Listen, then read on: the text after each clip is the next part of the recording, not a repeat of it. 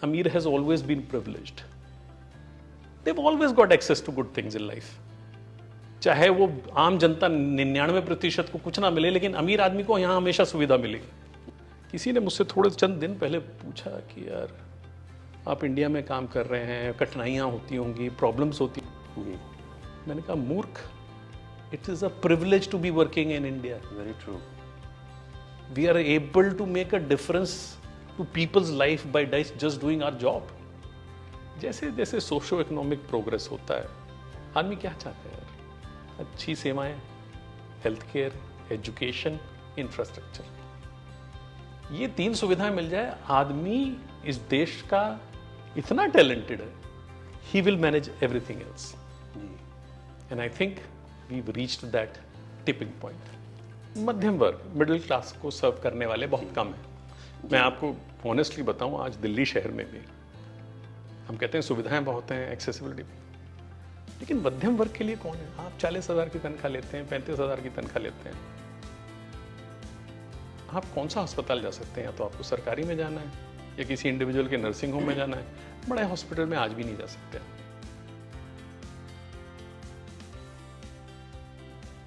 Hello viewers, welcome to the next episode of Health Waves. Today we have with us Dr. Dharminder Nagar, the Managing Director of Paras Health. Welcome Dr. Nagar. Thank you very much. It's a pleasure to be with you, Colonel Saab. Thank you so much. Dr. Nagar, your late father, Chaudhary Vedram Nagar, was a visionary, and you started with a fantastic business line, and now as a family you have grown into health, you have grown into construction business and also into education. This story has been nothing less than inspirational, and you being a clinician have been able to build one of the best healthcare groups in the country with pan-India presence and expanding still. This has been really remarkable journey. Just take us through your very, very inspiring journey. Thank you very much for the opportunity to present Paras Health and myself to your audience. Inspirational तो मुझे नहीं पता कि ये journey inspirational है कि नहीं, but my father's journey was definitely inspirational. He was born to parents who were very poor, farmers, and he had to leave his home very early in his life. वो अपनी education भी complete नहीं कर पाए थे. After living his home, he strove, he worked and he created an enterprise, Paras dairies, which was the largest in North India. उनकी journey was nothing less than a miracle, nothing less than an inspiration, both for people like me who were privileged to born in his family, but to millions of other people who saw him grow, who saw his hard work, who saw what a farmer's son could actually achieve in his life. And that is the story that has inspired everyone who's come to know him, and for us is just sheer privilege. So उनको एक obviously एक family member की तरह देखता हूँ मैं, एक inspiration की तरह देखता हूँ, एक रोल मॉडल की तरह देखता हूँ, but how does it relate to my work? उन्होंने एक ही चीज़ बात कि in business there is only one thing that matters, quality. बिना क्वालिटी के कुछ नहीं होता, whether it is a quality of your product और ऑफ योर सर्विस। उन्होंने यही कहा था, if you don't compromise on quality you will always overachieve, always remember that ambitions will be lower अगर आप क्वालिटी पे फोकस करेंगे। तो अगर उनकी जर्नी में मैं एक चीज़ देखता हूँ कि उन्होंने संघर्ष किया, उन्होंने मेहनत की, उन्होंने बिजनेस स्टैब्लिश किया, largest dairy enterprise private network में किया। जिस जमाने में लाइसेंस परमिट राज एग्जिस्ट करता था, वहाँ entrepreneurship was looked down upon, it wasn't looked up upon.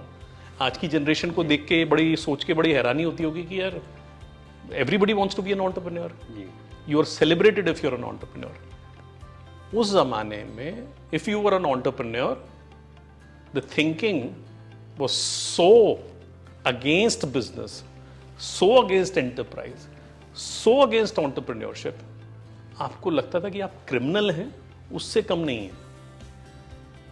Either you were the few privileged families who were doing business pre-independence and was allowed to do business post-independence. But anybody who started new in 60s, 70s was essentially looked down upon, frowned upon, and was not even allowed to work. So the most privileged people in the society were considered to be, आप नौकरी करते हैं और सरकारी नौकरी करते हैं तभी आप एक आदमी हैं, अच्छे सज्जन पुरुष हैं. Otherwise everybody was looked down upon. He broke the mold. एक फार्मर का बेटा जिसने बिजनेस को अपनाया, एक तो अपने आप में बहुत बड़ा जज्बा था जी. फिर सोसाइटी के नॉर्म्स को तब्दील करते हुए ये काम किया. He rose from grassroots. A lot of people have risen from grassroots, but have left their grassroots behind. He never left anything behind. उन्होंने गांव और शहर को एक ही नजर से देखा. इनफैक्ट गांव के प्रति उनका नजरिया सिर्फ रोमांटिक नहीं था. Lots of people have a village background and lots of people identify with it. But they only identify as a romantic notion. They don't work there, they don't live there, they don't interplay with the people from there.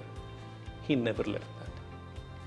So essentially, उस चीज का मेरे चरित्र पे, मेरे सोच पे, मेरी भावनाओं पे बहुत गहरा असर पड़ा. जी. और इसीलिए जब मैंने पारस हेल्थ स्टार्ट किया, it was clear to me कि मुझे किस समाज के किस वर्ग के लिए काम करना है, क्यों करना है. I did not need somebody from Harvard or somebody from McKinsey to tell me what I should, who I should target, who I should serve, who's my audience. So day zero I was very clear कि मुझे मध्यम वर्ग के लिए काम करना है, middle class के लिए काम करना है. इस देश में अमीर has always been privileged. They've always got access to good things in life. चाहे वो आम जनता 99% को कुछ ना मिले, लेकिन अमीर आदमी को यहाँ हमेशा सुविधा मिलेगी.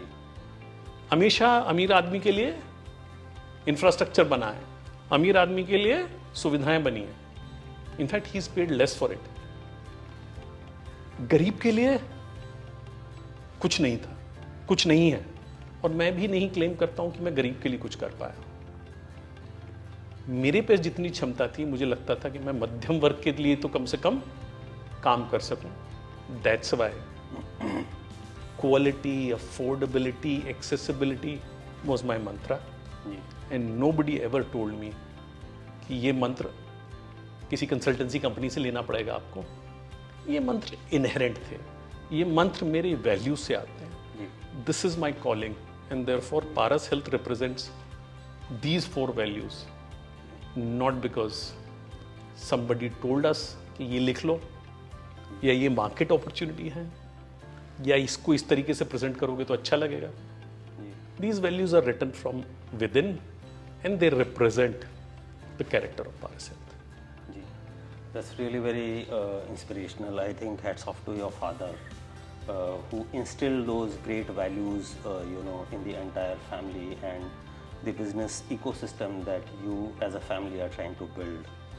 So आपकी जो transformation है as a doctor from the dairy business, तो आपके विचार कैसे बने कि मेडिसिन करनी है and thereafter you have to serve the middle class or the underserved areas? So honestly speaking, doctor बनने की कोई बचपन से मेरी इच्छा नहीं थी. In fact this is also representation. हमारे पिताजी की इच्छा थी कि यार be a professional, get into professional business तो है ही. मैं बड़ा रिलेक्टेंट था. मैंने 12th क्लास में इंजीनियरिंग, मतलब इन टर्म्स ऑफ इंजीनियरिंग का भी सोचा, डॉक्टरी का भी सोचा. मेरे पास मैथ्स भी थी, बायोलॉजी भी थी, क्योंकि मैं डिसाइड नहीं कर पा रहा था करना क्या है. So all I can say is that the healthcare industry's gain is the other industry's loss. I don't know about that, but matter of fact, आज के ज़माने में बहुत सारे लोग ये सोचते हैं कि you have to decide when you are born that what you will you do in the future. ऐसा बिल्कुल नहीं है. I am a great example जिसको बहुत समय लगा ये समझने में कि उसको क्या करना है. Everything is not your calling. Everything is, you're not inherently born with some ideas. Very true. What I was told was very clear. कि करो तो अच्छे से करो, वरना कुछ और करो. Do whatever you want to do, but do it well. Even when I became a doctor and I went to England, वहाँ जाके भी मुझे यही रियलाइज हुआ, यार डॉक्टर तो बन गए, नौकरी भी कर लेंगे, एग्जाम रट्टे वट्टे थोड़ा बहुत मार लेते थे. मेडिसिन की अच्छी चीज़ क्या है, रट्टा मार के तुम पास हो सकते हो. तो वो मैंने किया. But I realise working in England, serving the Goras was not my calling. I don't want to be an average or a great doctor for Goras. I had to decide कि यार जिंदगी में करना क्या है. मेडिसिन ने ये समझाया था कि यार ये बड़ा बढ़िया प्रोफेशन है. डॉक्टरी करके ये समझ में आ गया था कि it's a high impact business. डॉक्टरी करके ये समझ में आ गया था कि यार this is a transformational business. Especially in a developing country like only in a developing country. I am saying only in a developing country. किसी ने मुझसे थोड़े चंद दिन पहले पूछा कि यार आप इंडिया में काम कर रहे हैं, कठिनाइयाँ होती होंगी, प्रॉब्लम्स होती. मैंने कहा मूर्ख, it is a privilege to be working in India. Very true. We are able to make a difference to people's life by just doing our job. मैंने कहा आप किसी भी फर्स्ट वर्ल्ड कंट्री में जाएंगे तो आप क्या कंट्रीब्यूट कर रहे हो सोसाइटी में? You are one of the cheap imported labours. You may be running a $1 trillion company, but did you make that difference to anybody's life? तुम नहीं होता कोई और होता, कोई और नहीं तो कोई और होता. लेकिन यहाँ इस देश में आप अगर एक स्किल्ड आदमी, आप अगर एक आइडिया लेके आते हैं एक आदमी, तो आप बहुत सारे लोगों की जिंदगी तब्दील कर सकते हैं. और इसके लिए बहुत बड़ा बिजनेसमैन होने की जरूरत नहीं है. Everyone, each one of us. आज हम इंटरव्यू कर रहे हैं और मैं ऑडियंस को बताना चाहूंगा, यहां कैमरे के पीछे 3 सज्जन खड़े हुए हैं. Their job is important not only for them but for society. They are contributing to this society. इनकी वजह से 4 परिवार चल रहे हैं, 4 घर चल रहे हैं. They are contributing. So I believe this country provides you the best opportunity feasible possible. कठिनाइयाँ हैं, समस्याएं हैं, सिरदर्दियाँ हैं, जी. लेकिन इससे बड़ा प्रिविलेज कोई नहीं. Very nice. So you started in 2006. जी. और उसके बाद में जो आपकी ग्रोथ जर्नी है बहुत ही इंस्पिरेशनल है. Now you have multiple hospitals across India and you have some grand plans for future expansion. So can you just take us through your overall business strategy, vision, and what are your plans over let's say next 10 to 15 years? मेरा सबसे पहला 2006 में hospital खुला गुड़गांव शहर में. अब ये गुड़गांव शहर 2006 में गुड़गांव शहर नहीं था. This new Gurgaon just बेयरली populated. The biggest hospital when I thought of building a hospital here was 50 beds. इस शहर का सबसे बड़ा अस्पताल 50 बेड का अस्पताल था और मैं 250 बेड का हॉस्पिटल बनाने जा रहा था. तब भी मुझे बहुत समझाया गया कि भाई क्या कर रहे हो. You took a huge risk. it was a contrarian decision. Everybody was telling me कि भाई तू विदेश से आया है, तू बहुत बड़े बड़े आइडियाज लेके आएगा, तुम ये सब क्या कर रहे हो? दिल्ली बगल में है, people will go to south Delhi to get their treatment done if they can afford it. And if they can't afford it, then they'll go to South Delhi again for सरकारी hospital.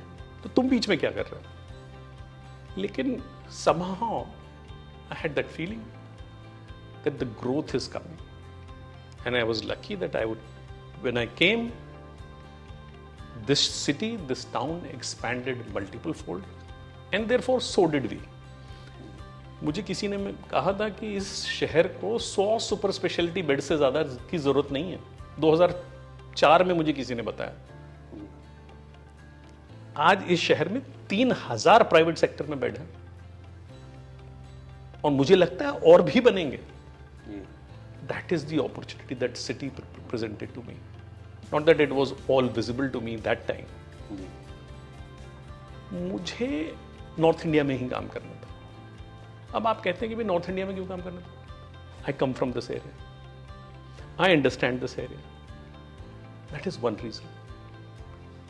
There is doctors who I understand the work in this area. और सबसे बड़ी बात है, हम कहते हैं कि फर्स्ट वर्ल्ड सेकंड वर्ल्ड में बहुत बड़ा गैप है, लेकिन आज हिंदुस्तान में आज भी देखिए नॉर्थ और साउथ में बहुत बड़ा गैप है जी. ईस्ट और वेस्ट में बहुत बड़ा गैप है. तो हेल्थ केयर में सबसे बड़ा गैप नॉर्थ और ईस्ट में है. 60% of India's population resides in north and east, and only 40% of our provision is in north and east health care में. कभी भी आप पिछले 15 वर्षों से भी देखें, 60% of healthcare provision is in South and West. So you are saying that the access is highly, skewed. It is highly skewed. So therefore, if you want to start a healthcare enterprise, where would you want to start? जहाँ accessibility issue है. अगर आपका मोटो life में है accessibility, तो आपको तो north में ही खोलना पड़ेगा ना. आपका इशू है अफोर्डेबिलिटी, तो फिर साउथ दिल्ली की बजाय आपको बिहार जाना पड़ेगा, पटना जाना पड़ेगा, झारखंड जाना पड़ेगा, आपको श्रीनगर जाना पड़ेगा, आपको उदयपुर जाना पड़ेगा. एक्सेसिबिलिटी और अफोर्डेबिलिटी सिर्फ दिल्ली में बैठ के तो सॉल्व नहीं होगी ना. So all our values, whether it is to do with quality, it is to do with affordability, it is to do with accessibility, and now we would added empathy to our core value. Health care में हुआ गया है कि हम empathy भूल गए. पहले सिर्फ एम्पैथी थी, इलाज कम था, क्योंकि सबके पास एम्पैथी रहती थी. डॉक्टर के पास आला था, एक दो दवाइयां थी, तो एम्पैथी से ही काम चलाना पड़ता था. कुछ पिछले वर्षों में यह हुआ कि एम्पैथी गायब हो गई है और दवाइयों से ही काम चलाया जा रहा है. हेल्थ केयर का मिश्रण एम्पैथी और दवाइयों और डायग्नोस्टिक सबका एक मिश्रण है. So effectively we live by the values that we write. और हेल्थ केयर में गुड़गांव की जर्नी से मैंने स्टार्ट किया 2006 में. फिर मैं बिहार गया. वैसे मैं आपको बताऊं, जब मैंने गुड़गांव में कहा था, lot of people were sceptical कि भाई ये क्या कर रहे हो यार, क्या कर रहे हो. जब मैंने बिहार जाने का, पटना जाने का सोचा, तो लोगों ने मुझे डिक्लेयर कर दिया कि भाई ये लड़का पागल है. फिर लोगों ने सोचा कि शायद ये बिहारी होगा. मैंने कहा नहीं, मैं बिहारी नहीं हूं, मैं आज तक बिहार में मेरा कोई संपर्क नहीं.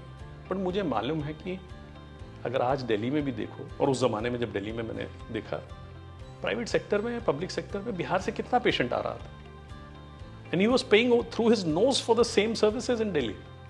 Yes. So we thought of going to Bihar. We were the first large setup again in Bihar. मैं आपको वो एक हैरानी वाला स्टैटिस्टिक बताता हूँ. 2013 में मैंने पेट स्कैन लगाया पटना के हॉस्पिटल में. कलकत्ता और एनसीआर के बीच में वो पहला पेट स्कैन था 2013 में. That is the size of population of Europe.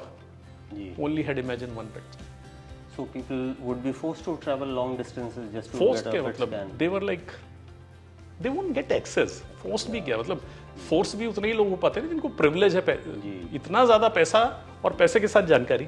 जी. पैसा होना और जानकारी होना और एक्सेस होना बहुत बड़ा अलग विषय. जी.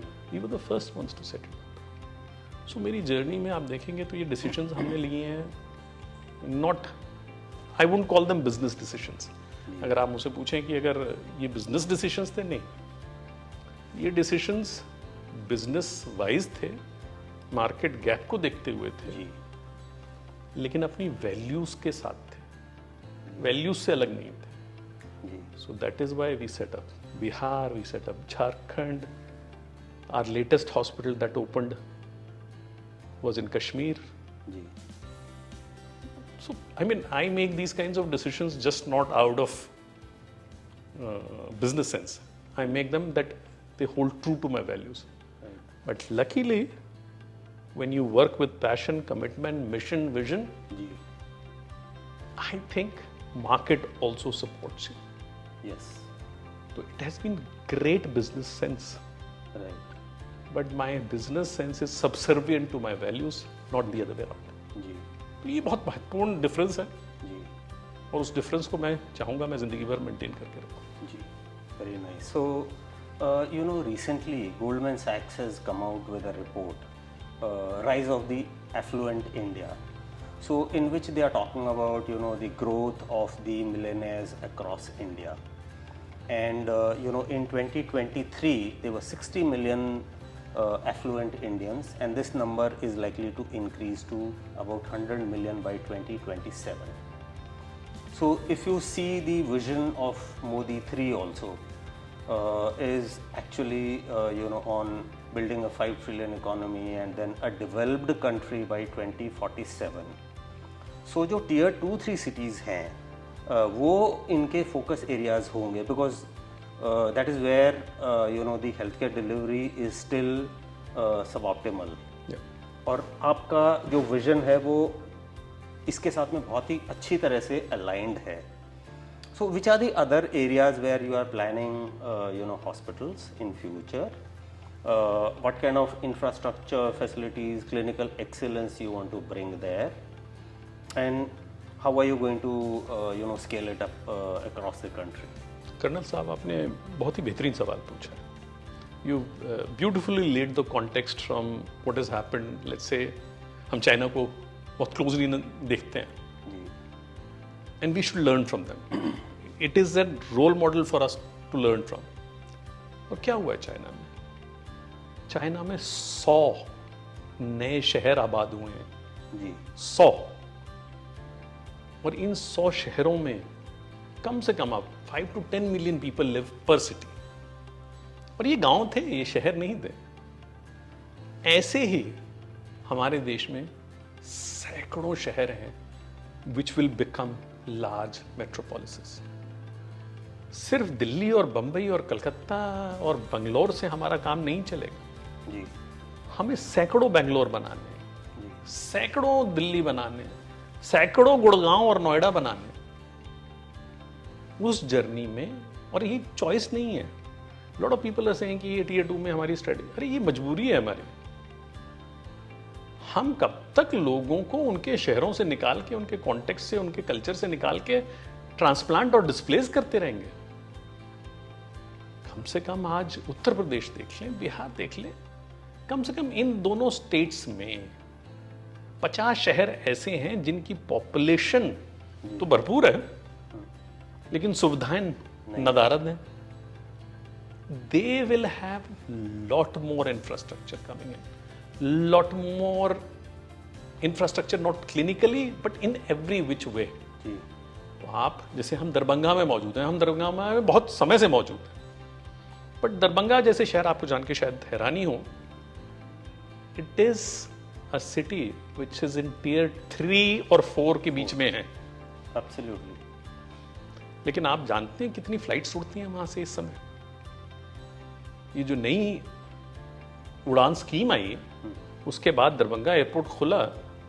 हम मानिएगा आज वहां से आप बंबई जा सकते हैं, वहां से बेंगलोर जा सकते हैं, वहां से दिन में 2 बार दिल्ली आ सकते हैं, वहां से कलकत्ता जा सकते हैं, वहां से हैदराबाद जा सकते हैं. It is the busiest airport for the, except these large metros, it is the busiest airport. ये क्या दर्शाता है? आप लोगों को उनके घरों में, उनके रीजन में सुविधा देंगे तो लोग वहाँ उस चीज़ का इस्तेमाल करेंगे. वहाँ इंफ्रास्ट्रक्चर डेवलप करोगे तो people will live to live in their own environment. So I believe the future is only these cities. ये शहर बड़े होंगे, ये शहर मेट्रोपोलिस बनेंगे, और आप देखिएगा 50-100 शहर निकल के आएंगे इस देश में जिनका आपने भी नाम नहीं सुना होगा, जिसका हमें शायद अंदाजा हो ना हो, बट दे विल डेवलप. इसी सीरीज में हमारा लेटेस्ट हॉस्पिटल जो खुला है वो कानपुर शहर में. कानपुर शहर तो फिर भी एक बड़ा शहर बिना जाता था, लेकिन वहां शायद अंग्रेजों के जमाने में बड़ा शहर था, उसके बाद डिटेरियोरेशन हुआ है.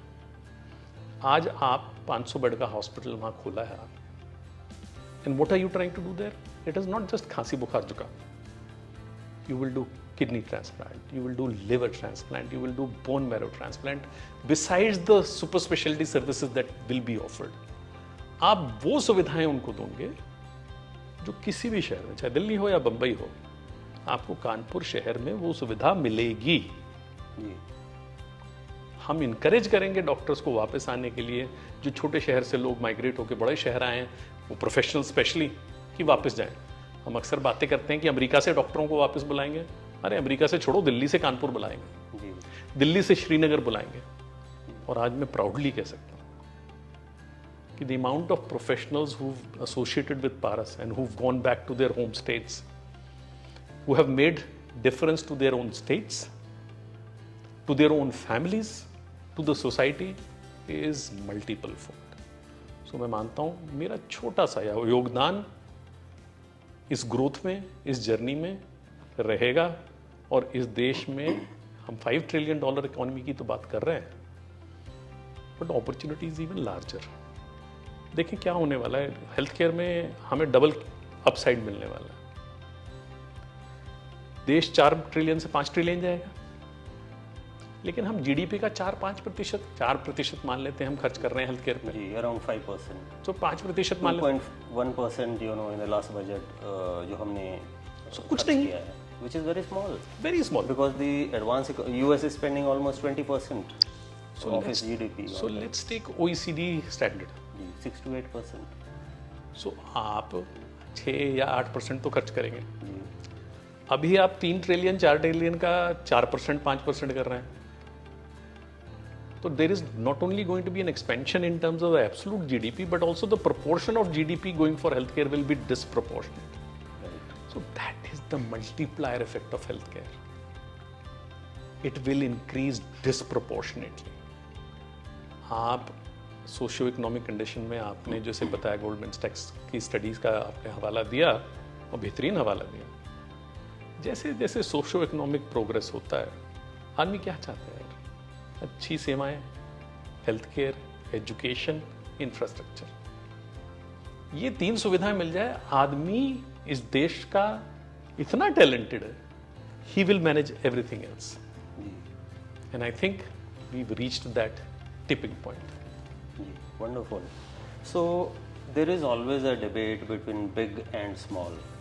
I mean, if I were to look at, let's say, Medanta या Fortis Hospital Group, जी। Max, ये लोग बड़े बड़े हॉस्पिटल खोलते हैं। जी जैसे मेदांता का इधर फैसिलिटी है 600 to 1000 बेड, लखनऊ में बड़ी फैसिलिटी है। मैक्स ने एक नया हॉस्पिटल खरीद लिया है लखनऊ में, जी तो उनका साइज काफ़ी बड़ा है, 600 बेड, 700 बेड, 1000 बेड। जी। लेकिन आपके जो हॉस्पिटल करंटली हैं 200-250 बेड वाले हैं, जी तो आपका इस बारे में क्या विचार है? क्या आप कंसिस्टेंटली 200-250-300 बेड वाले हॉस्पिटल खोलेंगे, या कुछ शहरों में एज पर नीड बड़े हॉस्पिटल भी खोलने का विचार है, 500 बेड, 1000 बेड, जो फ्यूचर में स्केल अप हो सके? क्योंकि गुड़गांव में जब डेवलप हो रहा था तो आपका हॉस्पिटल सबसे बड़ा था जी 200-250 बेड का। Nobody took that risk. You took that risk. जी And now your occupancy is, I think, more than 100%. जी And obviously जो आप शहरों के आपने जो नाम लिए, जैसे उनमें ग्रोथ हो रही है, जी। there is a good chance that the bed occupancies will increase and your break-evens will be faster. Yeah. So what is your growth strategy in these cities to open new hospitals? Again, Colonel Saab, very fantastic question. Or the question inherently is asking whether you have to choose one over the other. जी, You may not have to make that choice. right. Paras health की values में accessibility बहुत बड़ा मुद्दा है। जी, आप मुझसे कहें कि यार प्रॉफिटेबल हो सकते हो, आप एक बड़ा हॉस्पिटल एक शहर में बना लें, fantastic, it makes sense. You have finite resources. अगर आपके पास 100 रुपए हैं, आप मुझसे पूछ रहे हैं कि ये 100 रुपए मैं एक दुकान में खर्च करूं या 2 दुकानों में खर्च करूं, बिकॉज मेरी मिशन विजन, मेरी वैल्यूज एक्सेसिबिलिटी की तरफ है, तो मैं तो चाहूंगा कि मैं 2 शहरों को सर्व कर सकूंगा उतने ही पैसे। I would always want to solve for accessibility issue. If I had the financial bandwidth, if there was always, finance wasn't an issue, and finance is always an issue, regardless of what state of affairs you are, then I might think of a higher. And these models keep changing. देखिए आप हुआ क्या है पिछले 20 सालों में आप trend देखिएगा, बेड्स की भी डेफिनेशन अब धीरे धीरे चेंज हो रही है। पहले एवरेज लेंथ ऑफ स्टे क्या होती थी? 7 दिन, जी 7 दिन, 6 दिन, आज 3-4 दिन पे आ गए। हम 3.2 डेज रखते हैं Wow, गुड़गांव नहीं, सारे hospital. 3 is ideal, frankly. 3.2 days है हमारा पारस का। Fantastic. You can have more discharges in the same facility. So effectively you have disproportionate number of daycare beds now. Oncology is big and oncology is all daycare. Ji So आपको, मुझे लगता है, bed नहीं गिनने, 200 हो, 300 हो, 500, उस ज़रूरत के हिसाब से आप बनाएंगे। बट आप ये सोचिए आप कितने लोगों को सर्व कर रहे हैं, आपका थ्रूपुट क्या है, आप क्या सुविधाएं प्रोवाइड कर रहे हैं, और उस रीजन को, उस शहर को क्या दे पा रहे हैं जो उनको पहले उपलब्ध नहीं था। In this framework I will do 200 beds, I will do 500 beds, but inherently I would do more number of cities rather than just stick myself to one city and do a bigger thing over there. तो ये कोई black and white answer नहीं है, ये strategic decisions हैं। You're pretty flexible in your business strategy for and have a bespoke facility as per the need of a particular city. Yes, but I will not change my values for my strategy. Right. Strategy is always subservient to your values. ये बहुत लोग business plan बनाते होंगे, बहुत लोग सोचते होंगे। मैं यंगस्टर्स को अगर मैं मुखातिब हो सकता हूँ, sort out your values first. Sort out why you want to do this, for whom you want to do this, rather than tactical कैसे करेंगे। कैसे तो अपने आप समझ में आ जाएगा, अब क्या करना है और किसके लिए करना है। अगर आपको समझ में आए तो कैसे अपने आप समझ में आए। बहुत सारे लोग कैसे में उलझ जाते हैं, क्यों नहीं पूछते। मैं हर बार क्यों पूछता हूं, कैसे। मुझे लगता है बहुत केपेबल लोग हैं मेरी टीम में भी, मेरे साथ काम करने वाले भी, जो मुझसे बेहतर आंसर जानते हैं कैसे। So I always rely on my team to tell me how to do it, but I've never relied on anyone to tell me what to do, for whom to work. So I think ये आपको थोड़ा सा ध्यान रखना। बिल्कुल ठीक। तो जो जब आप नया शहर में हॉस्पिटल खोलते हैं, तो आप उधर क्या देखते हैं कि जो कंपटीशन है या जो लेगेसी प्लेयर्स हैं, बड़े hospital groups, Fortis, Max, Apollos of the world, तो क्या उनकी प्रेजेंस देख के खोलते हैं आप, या you go purely by the latent need in the market? तो कर्नल साहब, इफेक्टिवली लोग मेरे को देख के ये डिसीजन लेते हैं कि डॉक्टर नागर चले गए तो फिर हमें भी खोलना चाहिए, लेसर रिस्की। तो क्या मेरे मामले में इट्स एग्जैक्टली द रिवर्स। लोग मुझे देखते हैं कि भाई ये ठीक है, ये कामयाब हो गया, अगर डॉक्टर नागर ने पटना में हॉस्पिटल खोला है तो शायद हम भी खोल सकते हैं। या उनको लगता होगा कि यार डॉक्टर नागर ने खोला तो हम तो खोल ही लेंगे, डॉक्टर नागर ने गुड़गांव में खोला तो हमें भी खोल लेना चाहिए। तो ये मेरे साथ खुशकिस्मती कहूँ या बदकिस्मती कहूँ, I have had to go to virgin territories more often. How do I choose those virgin territories is an important issue. मैं मानता हूँ आप सप्लाई डिमांड का तो कॉन्टेक्स्ट जानते ही हैं, बट एक शहर में जहाँ लगभग उसके कैचमेंट एरिया में 10 से 15 लाख की पॉपुलेशन बेस होना चाहिए। इफेक्टिवली अगर लेगेसी में देखता हूँ तो लेगेसी में कोई मेडिकल कॉलेज अगर वहाँ रहा हो तो it makes for a better attractive proposition, because simple reason कि पुराने ज़माने में मेडिकल कॉलेजेस ही होते थे जिस पे आपको स्वास्थ्य सेवाएं मिलती थी। तो लोग बाग दूर दराज से उस मेडिकल कॉलेज में इलाज कराने आते थे। तो it is always a destination for people in the neighbourhood. So when you open a private hospital, it is just helping build on that legacy. So मैं इतना क्रेडिट अपने आप पे भी नहीं लेता हूँ। गवर्नमेंट कॉलेजेस की प्रेजेंस, उनके इंफ्रास्ट्रक्चर की presence helps me build on it. So मेरे बिजनेस प्लान में अगर आप पूछें तो एक मेरे पास लंबी लिस्ट है। अब हम लगभग 10 हॉस्पिटल हो गए हैं और 1-2 और अनाउंस करने वाले हैं, लेकिन मेरे पास 50 शहरों की लिस्ट तैयार है जहाँ मैं जाना चाहता हूँ, जहाँ मैं हॉस्पिटल बनाना चाहता हूँ। अब बनेंगे नहीं बनेंगे, कब बनेंगे मुझे भी नहीं पता है, भगवान को पता है। लेकिन ये मुझे पता है ज़रूरत कहाँ है, बनाना कहाँ चाहिए और क्यों बनाना चाहिए। आपने कंपटीशन की बात की, Competition is good. Competition has helped me. Competition आता है तो लोग बेंचमार्क कर पाते हैं कि यार ये पारस ऐसी सुविधाएं दे रहा है और ये वाला अस्पताल ऐसी सुविधाएं दे रहा है, आप देख लीजिए दोनों में से कंपेयर करके। हम बेहतर होंगे, हमारी क्वालिटी बेहतर होगी तो लोग हमारे पास आएंगे, नहीं होगी तो दूसरे के पास जाएंगे। तो मरीज एक सशक्त डिसीजन मेकर बनता है, उसे मेरे पास मजबूरी में आने की जरूरत नहीं। He can choose. आज इस शहर में जहां हम बैठे हैं, गुड़गांव शहर में, जितने भी आपने नाम लिए सब मौजूद हैं। और मैं आप ही की बात को दोहरा दूं कि यार आपके पास तो बेड्स की अवेलेबिलिटी नहीं है, मैं सबसे बड़ा भी नहीं हूं, तो लोग मेरे पास क्यों आ रहे हैं भाई? सिर्फ 1000 बेड के पास, सिर्फ बड़ी दुकान पे, सिर्फ बड़े हॉस्पिटल में क्यों नहीं जा रहे हैं? क्योंकि उनको पता है पारस में affordability, clinical quality, service quality और एम्पैथी सब मिलेंगे।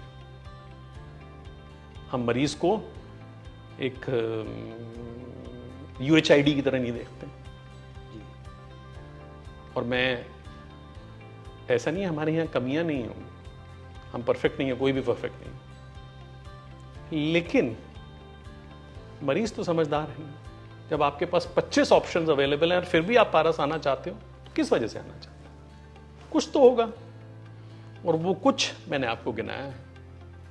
Service quality, clinical quality, clinical excellence, infrastructure देखें कोई भी बना लेता है। देखिए आज के ज़माने में आप कहें कि भाई 1000 बेड का हॉस्पिटल बनाना है, तो क्या बड़ी बात है भाई, आपकी जेब में पैसा होना चाहिए, आप बना लोगे। जी।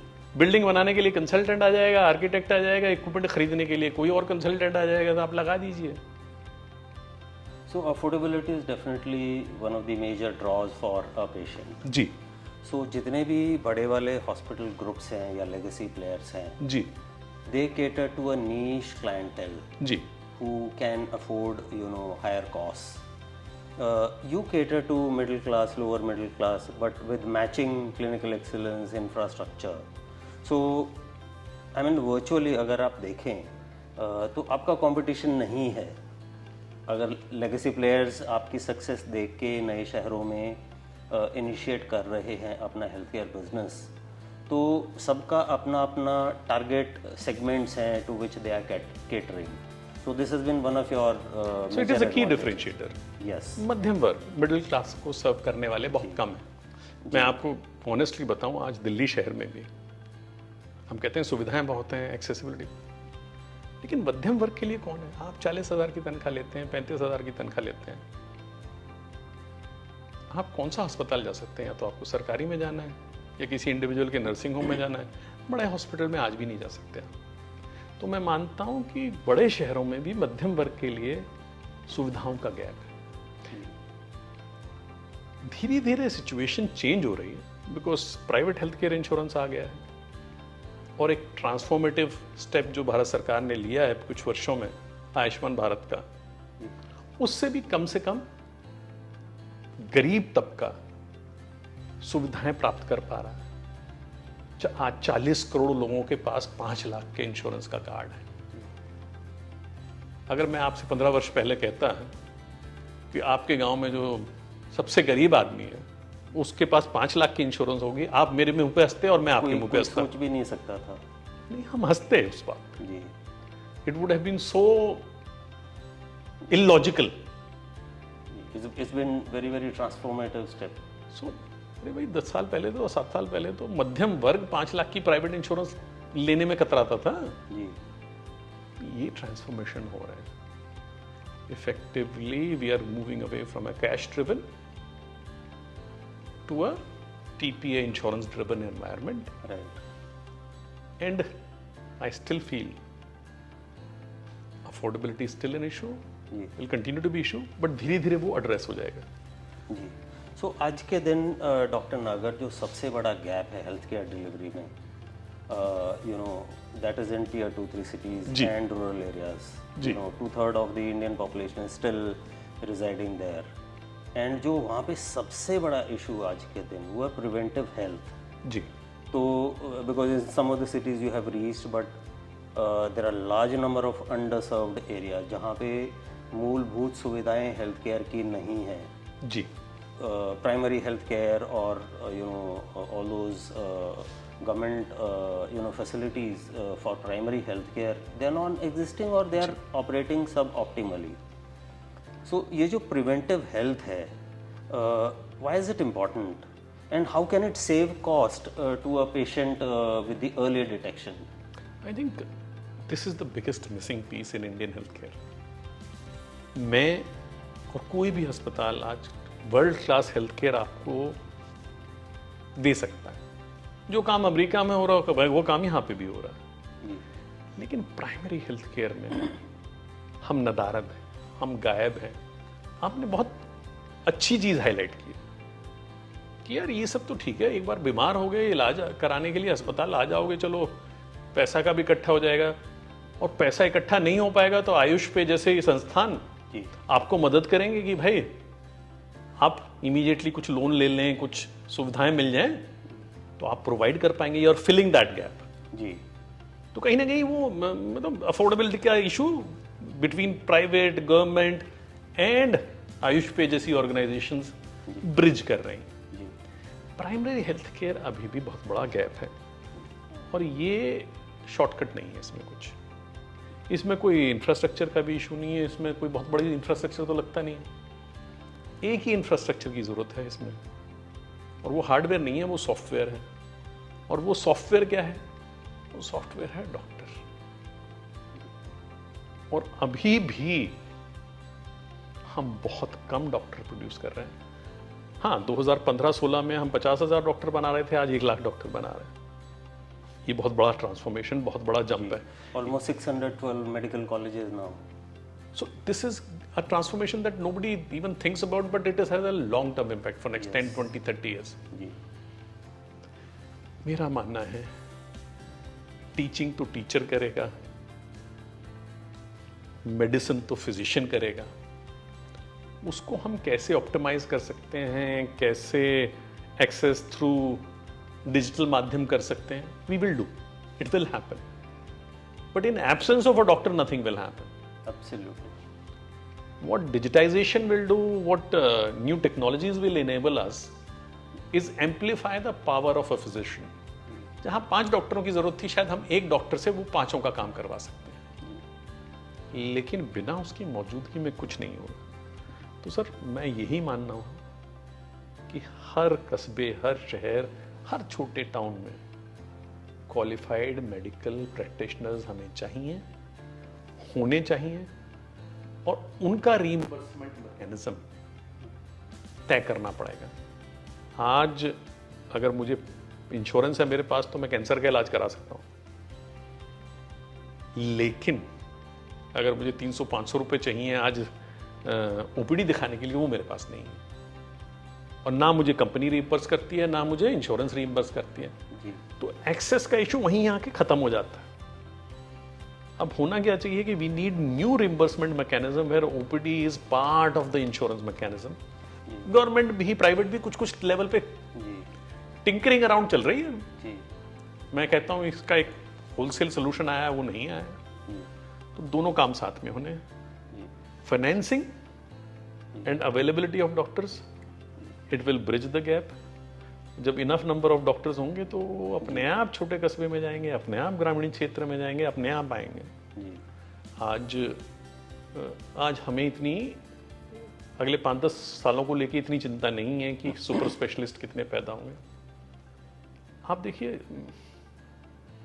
2000 में या 99 में या 95 में पूरे देश में 10-12 कार्डियोलॉजिस्ट पैदा होते थे, सुपर स्पेशलिस्ट. आज एक संस्था कार्डियोलॉजिस्ट पैदा कर रही है. पारस पटना कार्डियोलॉजिस्ट पैदा कर रहा है, पारस गुड़गांव कार्डियोलॉजिस्ट पैदा कर रहा है, तो पारस पंचकुला कार्डियोलॉजिस्ट पैदा कर रहा है. Obviously we are helping bring that accessibility. तो हम स्पेशलिस्ट भी बढ़ रहे हैं, फिजिशियंस और बढ़ने पड़ेंगे, उनको रीजन्स में जाना पड़ेगा और वो जाएंगे. ये चीज़ हमेशा सॉल्व नहीं हो पाएगी. मैं एक छोटा सा वक्त लेते हुए आपको एग्जांपल अमेरिका का भी देता हूँ। जी अमेरिका सबसे रिच है, 20% अपनी खर्च करता है जीडीपी का हेल्थ केयर पे। जी और आप जानते हैं कि वहाँ के भी ग्रामीण क्षेत्र में डॉक्टर को लाना बहुत बड़ी समस्या है।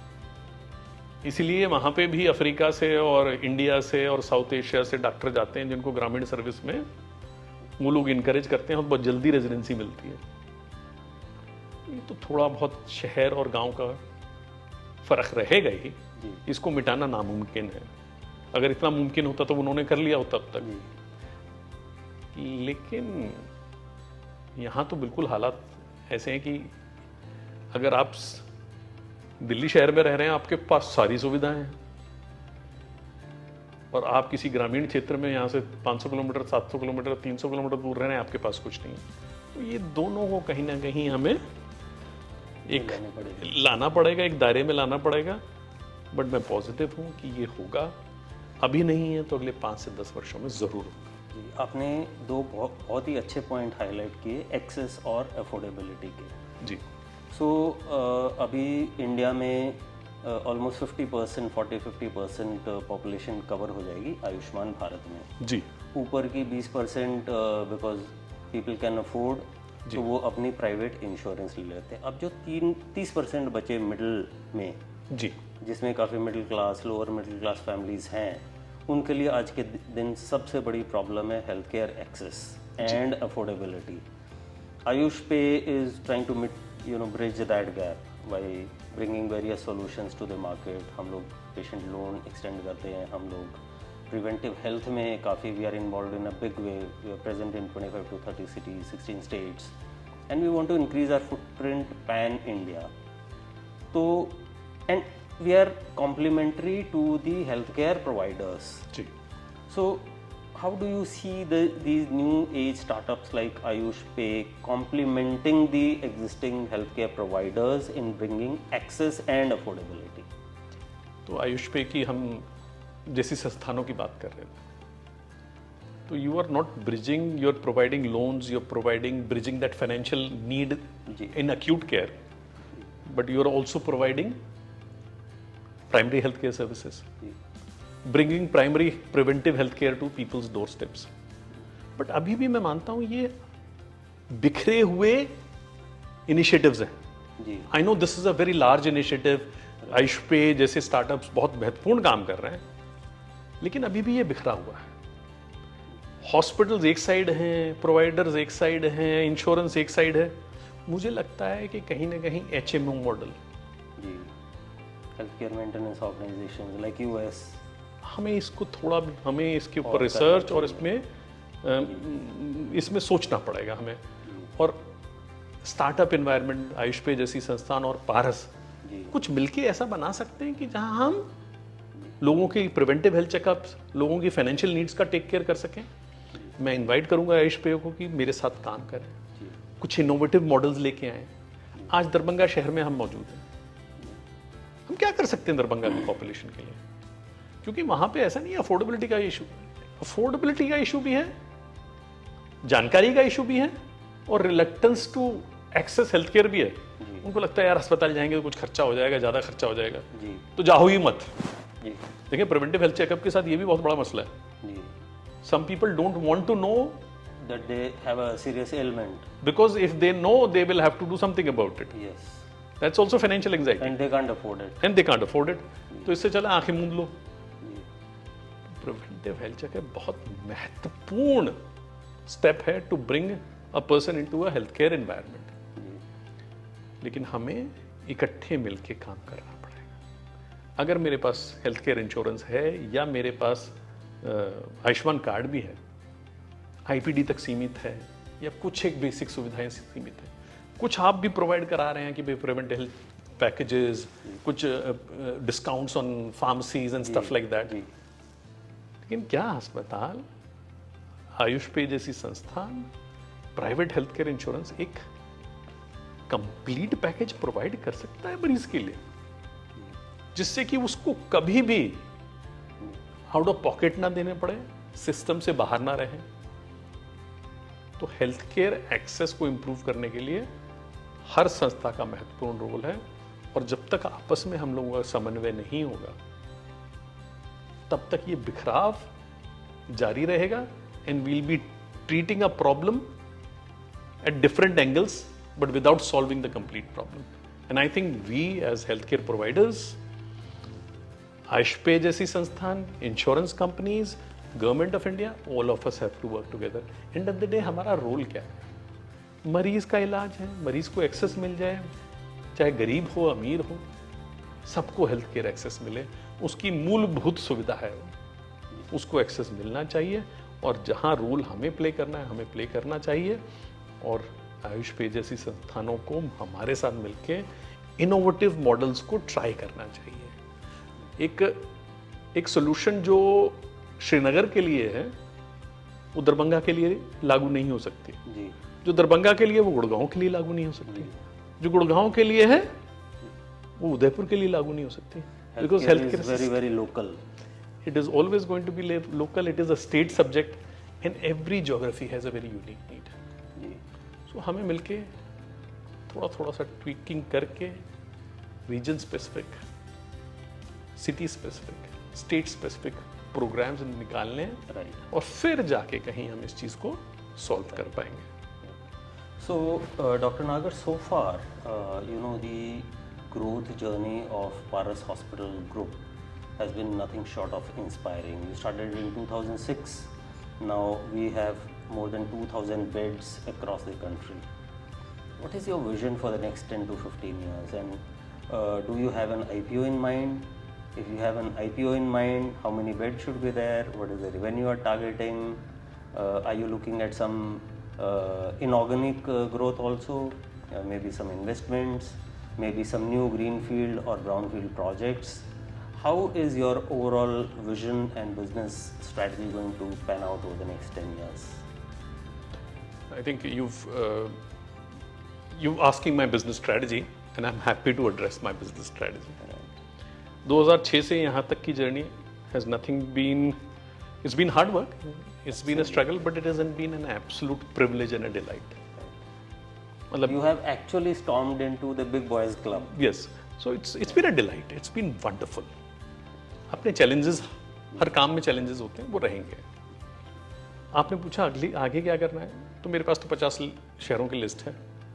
हर उस शहर में अगर मैं 300 बेड लगाऊं, 10 खत्म हो चुके हैं, 40 बचे हैं, 4 या 12,000 बेड और बना रहे हैं. You will beat everybody. So 12,000 और बेड बनाने. अब मैं बना पाऊंगा नहीं बना पाऊंगा ये अलग विषय, but that is where I am telling you. ये तो मैं आज गिन सकता हूँ. आप मुझसे पूछेंगे कि करीब 5 वर्षों में 10 वर्षों में हम 5,000 बेड पहुंच जाएंगे या 10,000 बेड पहुंच जाएंगे. जी, आप शीघ्र ही देखेंगे हम 3,000 बेड तक between announced capacity and execution will reach. जी. We will then reach 5,000 beds. आपने मुझसे पूछा IPO. IPO is nothing but a financial instrument to achieve the objectives. Exactly. So I don't, मैं इसको महत्व नहीं देता. ये महत्वपूर्ण पड़ाव है पर ये महत्वपूर्ण चीज नहीं है. जी. It is an instrument to provide financial capital to the company. जी. कंपनी को जब पैसे की जरूरत होगी, उस फाइनेंशियल लेवरेज की जरूरत होगी तो कंपनी आईपीओ में भी जाएगी. लेकिन ये ऑब्जेक्टिव ये नहीं कि आईपीओ करना है. Right. ऑब्जेक्टिव ये है कि इन 50 शहरों में इतने हॉस्पिटल खोलने हैं. उसके लिए क्या करना है वो मैं करूंगा. अगले 5-10 साल की जर्नी में मैं 3,000, 5,000, 10,000 बेड के पड़ाव पे जरूर पहुंचूंगा. I have a beautiful team, great team who supports me. मैं तो शायद मुश्किल से कोई काम करता हूँ, यहाँ बैठा हूँ आपके साथ और मुझे हेल्थ केयर पे बात करने में बहुत मज़ा आता है. बट असली काम मेरी टीम करती है, प्रोफेशनल्स करते हैं, डॉक्टर्स करते हैं, नर्सेज करती हैं. आज मेरे पास एक चीफ ऑपरेटिंग ऑफिसर है, doctor Senti Sajan. She is a nurse by background. Yes. She's a friend of mine. And she is the only one who is leading a Right. institution this size as a professional chief operating officer. Full credit to you, Dr. Nagar. I mean, you have really empowered some of them to lead the entire group under your leadership. Great opportunity to learn and also scale up your business. I think it is outcome of my laziness and my No, I think you are preparing the next set of leaders for the healthcare industry. so इस journey में हम वो हर काम करेंगे जो हमारे objectives को meet करने के लिए ज़रूरी होगा. Right. I have been lucky that I have been able to open in few cities where I found partners who are willing to come and partner with me. I feel कि हर जगह मुझे हो सकता है हॉस्पिटल बनाने की ज़रूरत ना पड़े. लोग बनाएं, हम चलाएं, और मैं तो इनकरेज करूंगा कि अगर आपके पास कुछ शहरों में, ऐसे शहरों में नॉर्थ इंडिया में जगह है, आपके पास फाइनेंशियल नो हाउ है, अवेलेबिलिटी है, आप हमारे साथ संपर्क करेंगे, हम पार्टनर करेंगे आपके साथ. Wonderful. सो आपको अगर भोपाल में खोलना है, ग्वालियर में खोलना है, जी. ये सब शहरों में So हम you खोलना look- चाहते हैं. Right. Are you also looking at operations and management models देखिए, operations and management models, or some new, let's say, brownfield projects to scale up your I am looking at everything. right. I keep looking at everything. PPP projects, for example? In fact PPP हमने किया है. आपको शायद ये दर्शकों को आपको जानकारी ना हो जी. कि हमारा रांची प्रोजेक्ट भारत सरकार की पब्लिक सेक्टर यूनिट Excellent. के साथ मिलके जी. वहाँ पे हमने भारत सरकार के साथ काम किया. जो संस्था हमने बनाई है वहाँ पे, it is part of a PPP. मैं तो एक चीज़ जानता हूँ, हमें उस शहर में, जिस शहर में अस्पताल खोलना है, उस अस्पताल खोलने के लिए किसी भी मॉडल को अपनाना पड़ा, अपनाएंगे. I am neutral to what the model is. I am more interested in what services do I provide and where I provide those services. So I would encourage everybody to approach me. Excellent. So recently, the government announced its budget, जी. interim budget. Last year, they had laid out an outlay of 86,000 crores. It has gone up to 90,000 crores this year. Unfortunately, 10% of that layout last year went unutilized. Yeah. And this year consequently has been just minor increment. So 87,000 crore going to Ministry of Health and Family Welfare and 3,000 to Healthcare Research and Innovation. So willy-nilly the budget has remained almost same. So do you think this kind of budget allocation is adequate for a country of 1.4 billion people? And भारतीय सरकार को और क्या करने की आवश्यकता है ताकि जो हेल्थ केयर एक्सपेंडिचर है आज के दिन 2.1% है, वेरेज नीति आयोग की रिकमेंडेशन है कि ये 2.5 तक होना चाहिए और बाकी इन्वेस्टमेंट प्राइवेट इंडस्ट्री से आता है. सो तकरीबन आज के दिन हमारा जो टोटल हेल्थ केयर स्पेंड है at the national level that is close to 5% of the GDP. which is like we were discussing OECD countries, nowhere near close to the advanced economies like US is spending 20%. जी. And this number is likely to increase to 25% over the next few years. जी. So 5% comparatively तो बहुत ही कम है. जी. So इसमें दोनों की जिम्मेवारी हैं concurrently, प्राइवेट सेक्टर की भी और गवर्नमेंट ऑफ इंडिया की भी. जी. And proper utilization of funds. Now the second issue is in the last 4-5 years we have attracted almost 30,000 crore worth of PE and other investment. Ji.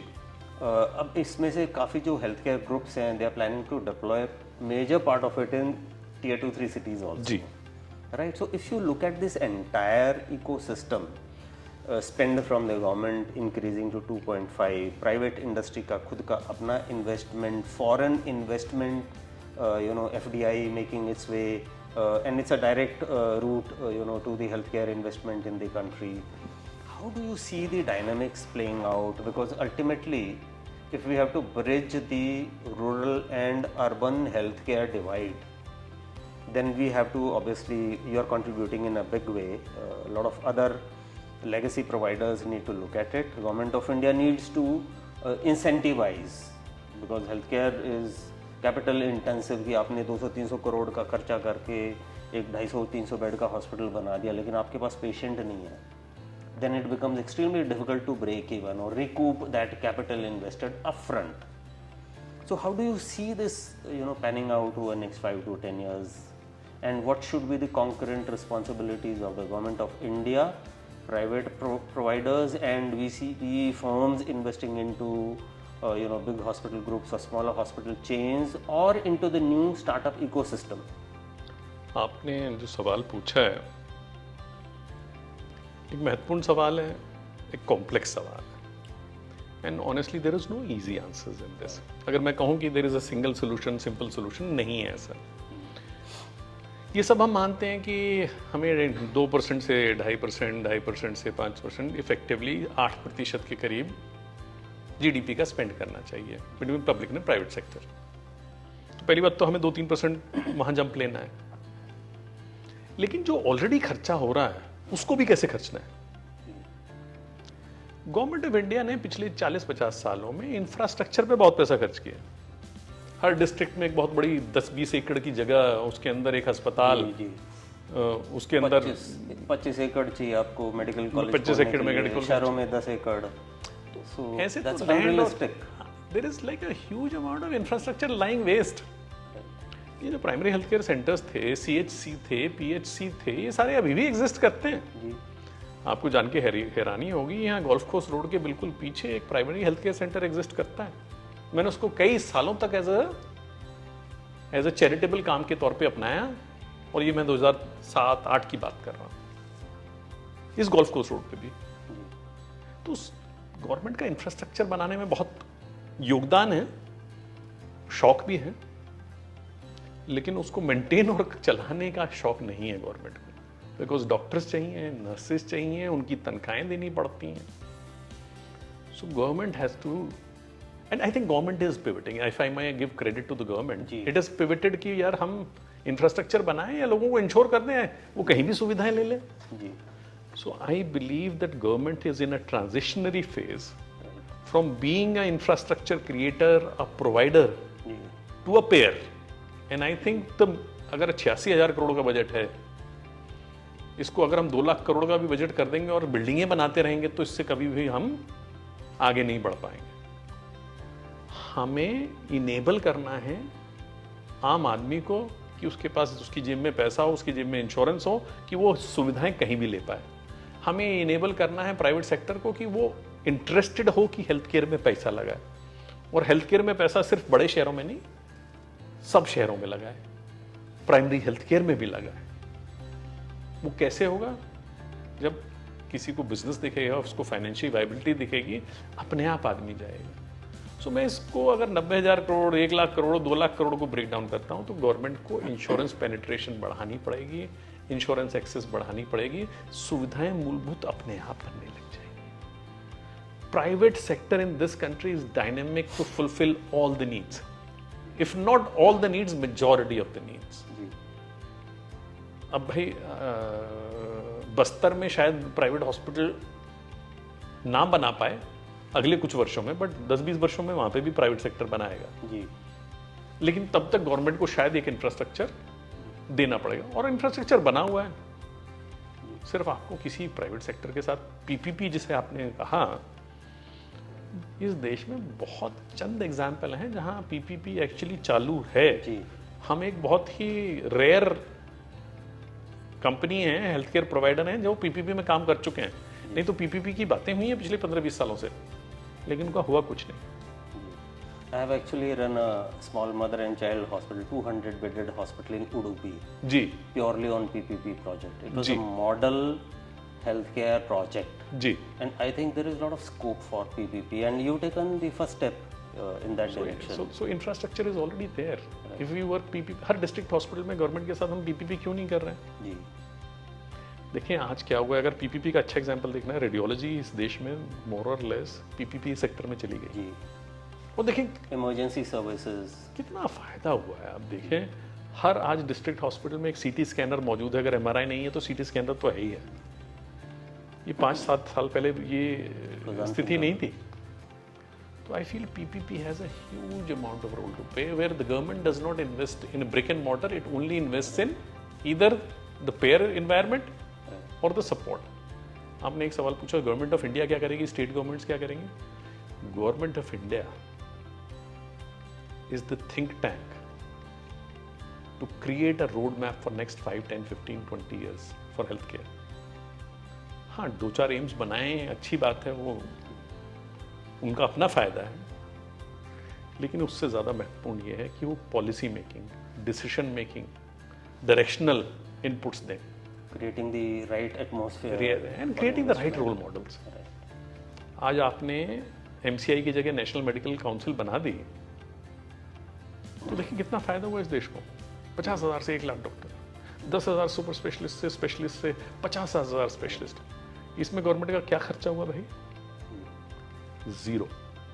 conversion of district hospitals into medical colleges. What क्या a खर्चा transformative step. तो इसमें हर चीज पैसे से ही solve होगी, ये भी जरूरी नहीं है. जी. तो आप, मैं कहता हूँ कि पैसा जरूरी है, लेकिन पैसा कहाँ लगे, क्यों लगे और कब लगे, वो भी जरूरी है.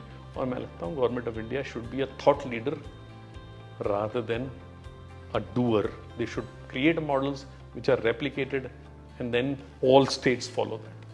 Excellent.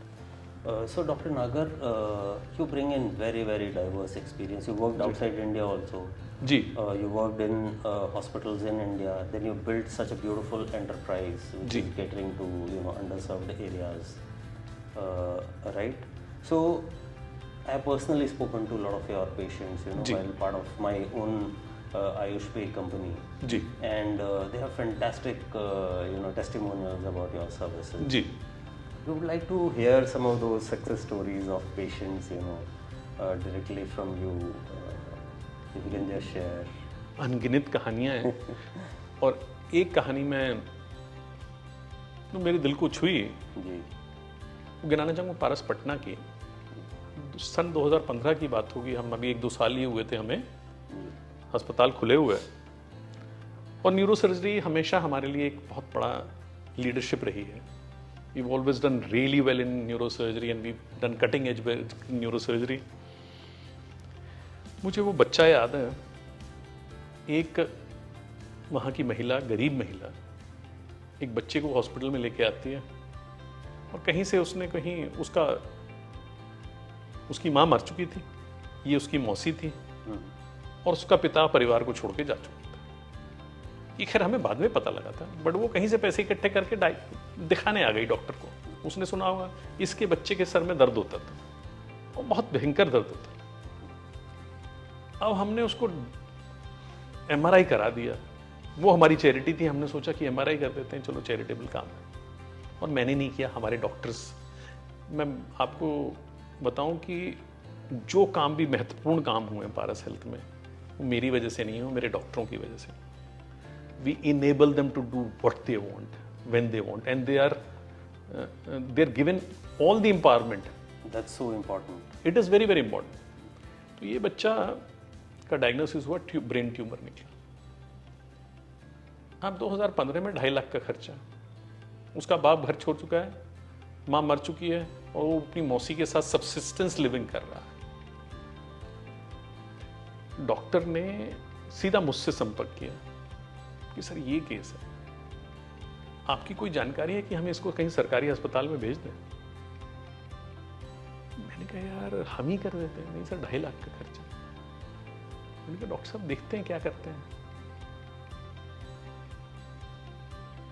मैंने कहा डॉक्टर साहब आप फीस माफ करें अपनी, मैं जो भी लगेगा हम लगाएंगे.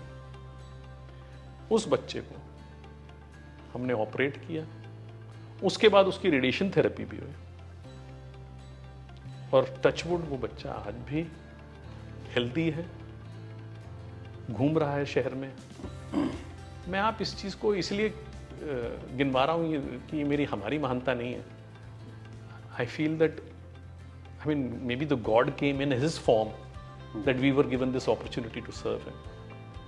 मैं ये कहता हूँ कि मैं हर जगह ये नहीं काम कर पाया हूँ, हर लोगों के लिए ये नहीं काम नहीं कर पाया हूँ, बट ऐसी कुछ चीज़ें निकल के आती हैं जिससे आपको लगता है कि आपका जीवन सिद्ध हो गया है कि आप ऐसे कुछ काम कर पाएँ ज़िंदगी में जिससे लोगों को, किसी गरीब परिवार को, किसी आम आदमी को आपकी मौजूदगी से फर्क पड़ा. So this is fantastic. True to your one of the values espoused of compassion. जी. Excellent. So when you open the new facilities, obviously one of the things you would look at is quick break even. Gurgaon facility grew with the town when it was Yeah. growing, and now you are going to other cities which are also growing. जी जी जी How do you view the break even of a new hospital? I mean, what are the initiatives which you implement right from the word go so that there is quick break even, because you have to spend a lot of money upfront in bringing up those facilities? So I think सबसे important चीज़ है कि before you even spend a penny जी, you must be have conviction and lot of thought कि आप कहाँ क्या खोल रहे हैं. बहुत सारे लोग ब्रेक इवन की चिंता करने लग जाते हैं और कहाँ खोला और क्यों खोला उस पर उस समय ध्यान नहीं देते. To enable yourself to make good business sense and break even की बातें करने से पहले आप बहुत समय लगाएं ये सोचने में कि कहाँ आपको इन्वेस्टमेंट करनी है और कहाँ नहीं करनी है.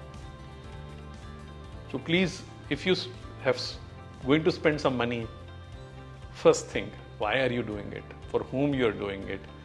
Does it make financial sense for you to do it?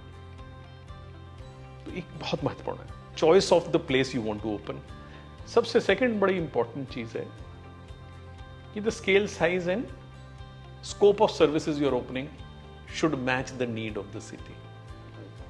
Number 2. ये पहले आप डिसीजन बहुत सारी decisions even before you put a Penney you should think about. मैं आपको एग्जांपल्स देता हूं. आप शहर के 10 किलोमीटर बाहर आपकी पुश्तैनी जमीन पड़ी है. सिंस आपकी पुश्तैनी जमीन है, आपने कोई पैसा नहीं लगाना था उस जमीन पे, तो आपने सोचा वहां एक बिल्डिंग बना देते हैं. it will never work. It is not the problem the place और whatever, because you took a decision because आपके पास जमीन पड़ी थी. Exactly. आपने ये थोड़ी सोचा कि मरीज को इस चीज की जरूरत है कि नहीं है.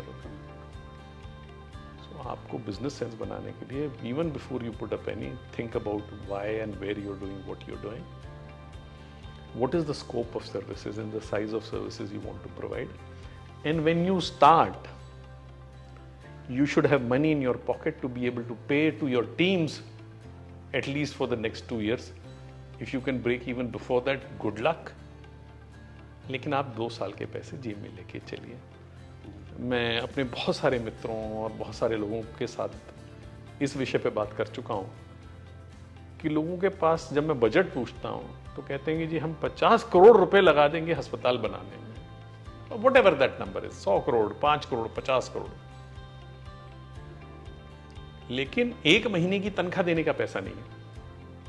मार्बल लग जाएगा, एसी लग जाएगा, ग्लास लग जाएगा, लेकिन पूछे 5 नर्सेस खाली खड़ी हैं पिछले अगले 3 महीने के लिए, उसके लिए हम पैसे नहीं देंगे. So you have to be very careful that you also work out the cash flows, you work out that you may need to put money from your own pocket. अगर आप ये 2-3 चीजों का ध्यान रखेंगे तो more or less you should be successful. हर जगह आप हर टाइम पे सक्सेसफुल होंगे ऐसा भी नहीं हो सकता, लेकिन हो सकता है आप 2 साल की जगह 3 से 4 साल लग जाए आपको ब्रेक इवन पर हेल्थ केयर में ऐसा कोई नहीं है कि अगर आप अच्छी सुविधाएं और क्वालिटी दे रहे हैं कि आप ब्रेक इवन ना करें. ये होगा ही. Just have to think about it. Sure.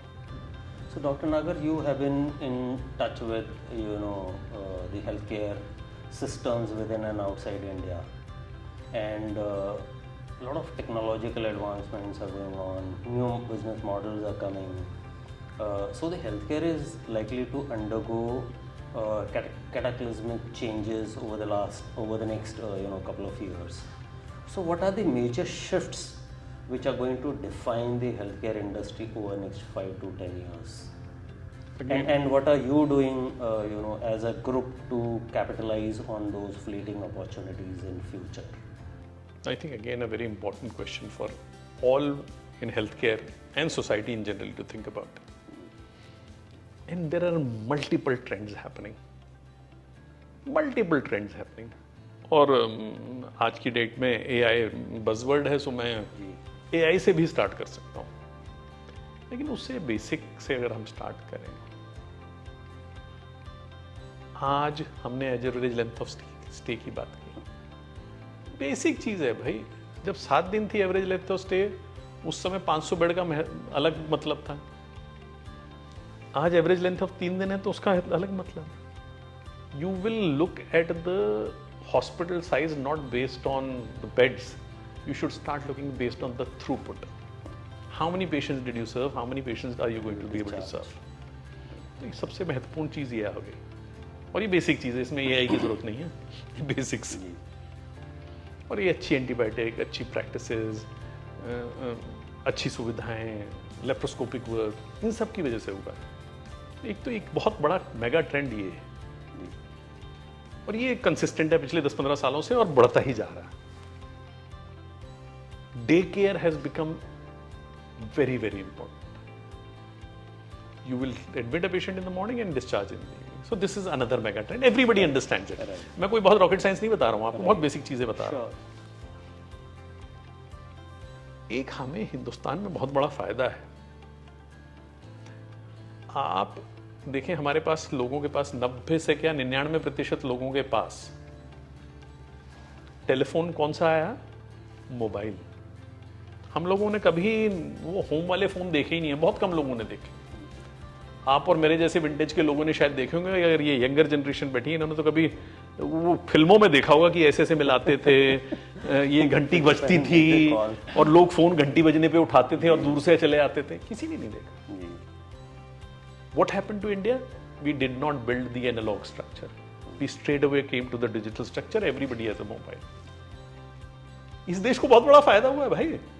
This is a big blessing. Big blessing. Almost 900 million people with the phones today, and access to the cheapest internet in the world. And we did not have to build the normal infrastructure. हमें वो copper wiring डालनी नहीं पड़ी, वो investment हुई नहीं, लेकिन हम सीधा लीप फ्रॉग किए डिजिटल एनवायरनमेंट। हेल्थ केयर में भी यही होगा। आपको जान के हैरानी हो ना हो, लेकिन मेरे शायद दर्शकों को जरूर हैरानी होगी कि अगर किसी बड़े हेल्थ केयर सिस्टम में अमेरिका में इंप्लीमेंटेशन होना है इलेक्ट्रॉनिक मेडिकल रिकॉर्ड्स का, सर्नर पता है क्या कहता है? सर्नर एक बहुत बड़ा मेडिकल रिकॉर्ड कंपनी, कि यार 100 मिलियन दोगे तो जाके हम इस प्रोजेक्ट में इंटरेस्टेड हैं, उससे पहले हम इस प्रोजेक्ट में इंटरेस्टेड ही नहीं। 100 million, and there electronical medical record systems are so out of date. They are so basic. Today in India, thanks to the startup environment, thanks to bright, talented people coming to Indian healthcare, that we have number of providers who are bringing digital electronic medical record systems to the party. Yes. तो क्या transformation होगी इससे? Data portability and हम सीधा digital environment में आ जाएंगे, हम legacy environment में जाएंगे ही नहीं। इंटरऑपरेबिलिटी मुझे लगता है 5 सालों में एक बेसिक हॉस्पिटल भी इलेक्ट्रॉनिक मेडिकल रिकॉर्ड चला पाएगा जी, और कॉस्ट भी नहीं होगा, और हम नेशनल हेल्थ लेवल पे एक यूनिक आईडी ले पाएंगे जहां हर आदमी की एक ही हेल्थ आईडी है, आभा कार्ड, और हर एक आदमी उसी से लिंक्ड हो जाएगा।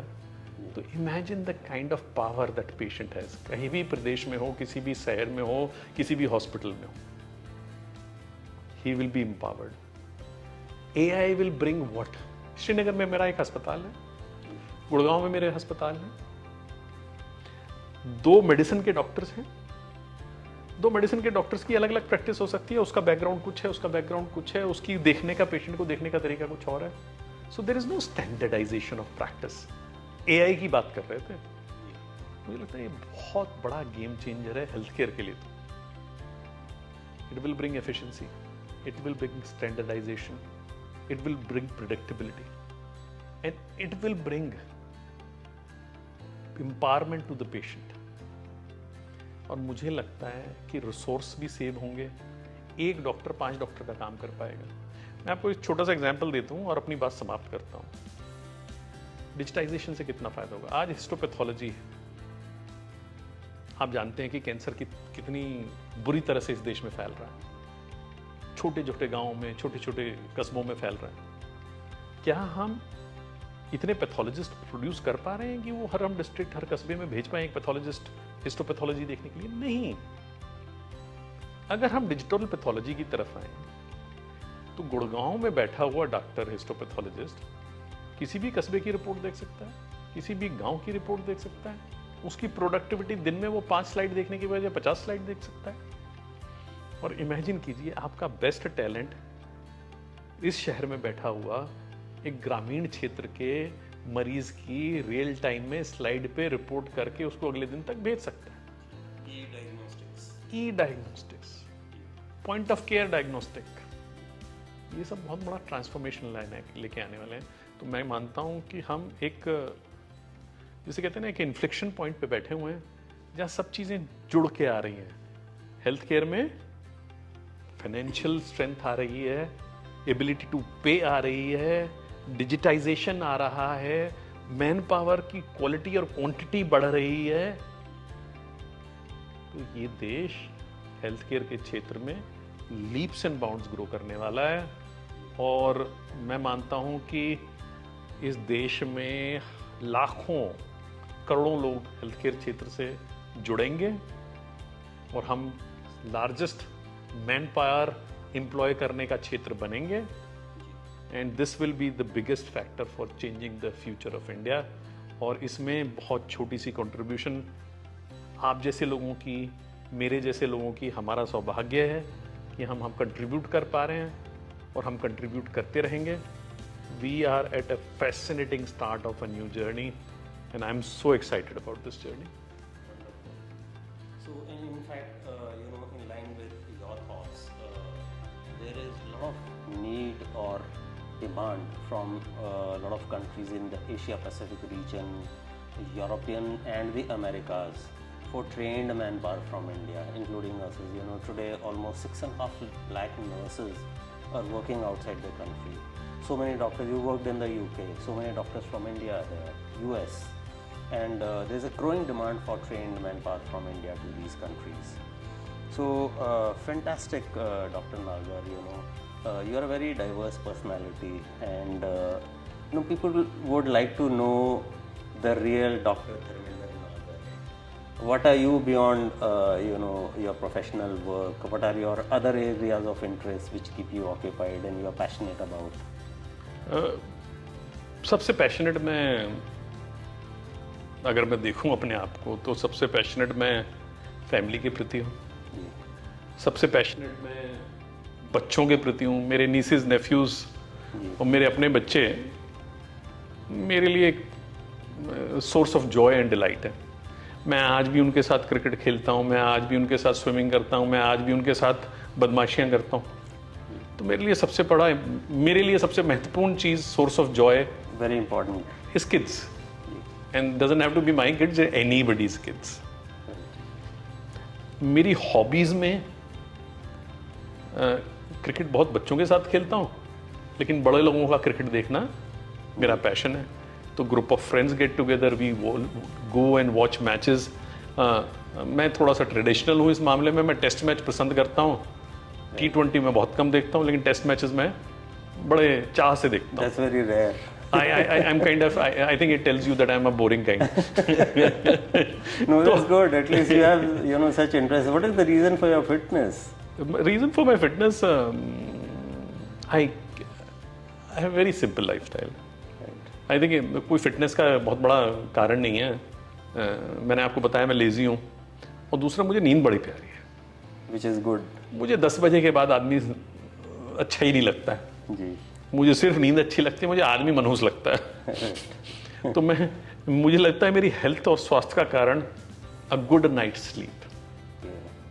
I sleep at 10, wake up at 5:15, 5:30, 5 o'clock, enjoy my life. Morning is precious to me and I have fun as anybody else. और गप्पे लड़ाना, यार दोस्तों के साथ बैठना, बच्चों के साथ बैठना, फैमिली के साथ रहना, स्पोर्ट्स देखना, ये सब शौक है मुझे, लेकिन कोई भी शौक एक्सेस में नहीं है, ये महत्वपूर्ण बात है। Right.